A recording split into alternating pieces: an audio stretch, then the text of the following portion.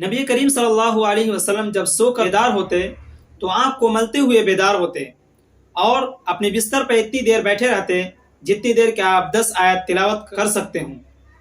نبی کریم صلی اللہ علیہ وسلم کا یہ سنت آج کے دور میں اس پر عمل کیا جا رہا ہے، اور امراض قلب جو ہیں وہ کہتے ہیں کہ جب بیدار ہو انسان تو آہستہ آہستہ اٹھے، ایسا نہ کہ فوراً بیدار ہوتے ہوئے فوراً کھڑے ہو جائے اور چلنے پھرنے لگے، یا چلنے پھرنے اور دوڑنے کے وقت فوراً آ کر لیٹ نہ جائے، کیونکہ اس سے دل کا دورہ ہو سکتا ہے۔ انسان کی جب حالت چینج ہوتی ہے تو دل کی حالت بھی چینج ہوتی ہے، اور انسان جب سوتا رہتا ہے تو دل اس وقت کام کرتا رہتا ہے، اور جب انسان کام کرتا رہتا ہے تو اس درمیان میں دل آرام کرتا ہوتا ہے، تو اسی وجہ سے دل کی حالت چینج ہوتی ہے۔ تو اس وجہ سے انسان کو چاہیے کہ جو حالت اور پوزیشن چینج کرے تو آرام سے چینج کرے،